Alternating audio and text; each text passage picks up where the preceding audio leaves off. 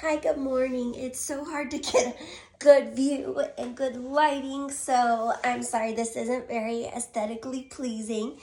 But I just wanted to hop on here and tell you about the 7:30 to 11:30 option.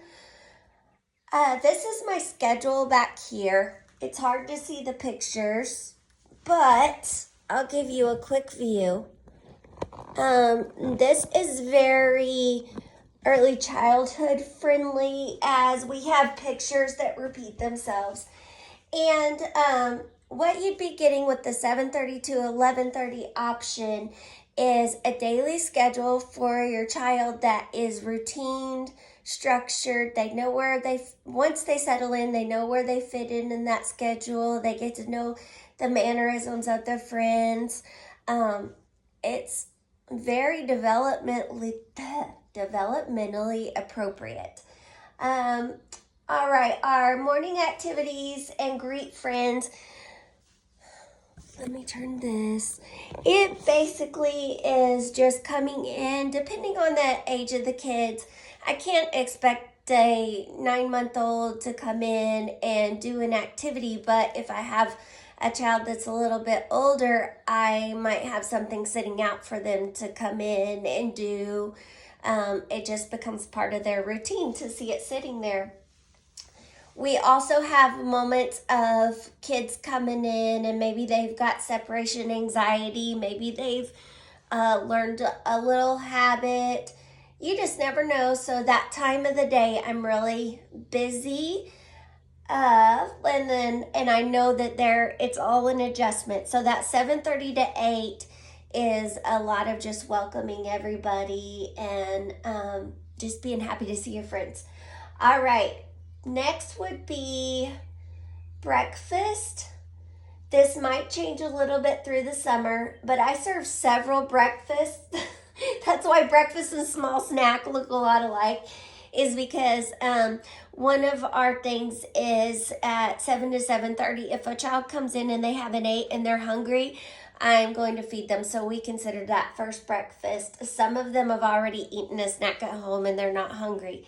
All right, so then we move into kind of the free play and practical life skills. But at 8:30, I also am still feeding kids that are hungry. Everybody eats when they're hungry here.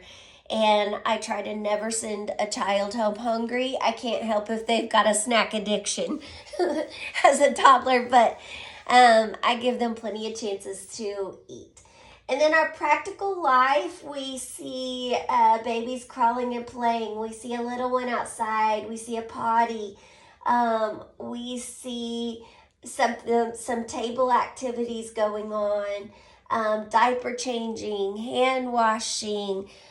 These are all things that we do during that time. And while it seems like it's not structured, it is pretty structured, and we're squeezing in a lot. We're talking, we're working on social skills, we're working on approaches to learning and how we jump in there appropriately and seek what we want to know.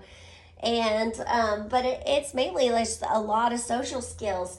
I have babies napping usually at this time as well. So we are doing sensory activity like Play-Doh. We are playing on the back patio in water play. We might be venturing out in the yard. You name it, we are doing it. And then about 10:30, we have another small snack. This is not usually on the menu because it's not something I'm required to offer, but toddlers need a lot of food for their growing bodies and brains. So we usually have a small snack there, and I offer fresh fruit. Is the big thing that I offer because I know that they're going to eat that and their little blood sugars are kind of going like this. But it is something small. I don't want it to ruin their lunch. I want it to fuel their brain and body. Okay, and then we move back into free play and practical life skills. It's a lot of the same thing. But by this time, I usually have my younger babies are up and we squeeze in a walk. I have a big quad stroller now, which is such a blessing. I have a double stroller, so we just try to get in there and we go for a walk. Now, as summer changes, I might have to, and it gets hot, I might have to switch things around so we do our walk more so at like 8 in the morning and get that out. And then we're still at free play, practical life skills during this time.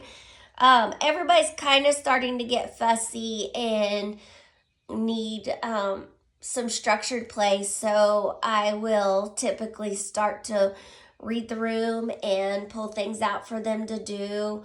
I stay close to them. So if you come in and things look a little messy, it's because I'm focused on the children. And I'll get to the mess when I get rest time in the afternoon. So anyways, that is our 7:30 to 11:30 option.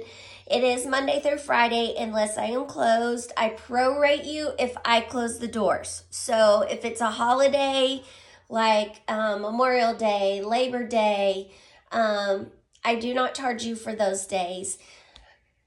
So that helps a little bit, especially in the summertime. In June, I have closings so that I can be at our dances in June, and I prorate for those days as well. But I love this 7:30 to 11:30 option. It is just so rich in developmentally appropriate practices, and I see kids grow.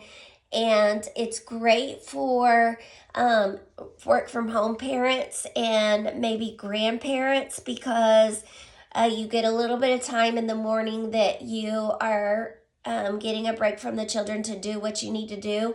Then you can pick them up. You can feed them lunch, put them down for a rest, and they are ready. So you're even getting more things done. It saves you a little bit of money. Not a lot, but it does. And if you're going to bring your child as a drop-in, I don't take those very often. It ends up costing you, if you're doing 2 days a week, it's going to cost you close to $100 anyway. So you might as well be getting in there, getting those diapers, getting those supplies, getting on a routine, getting on a schedule, which we know babies learn best from. And anybody is welcome to pick up your child. So if you want to bring them to daycare in the morning and then grandparents pick them up at noon, get a little bit of time with them, lay them down for a nap, it all works out. So I just wanted to get on here and explain that option, and I hope you all have a wonderful day.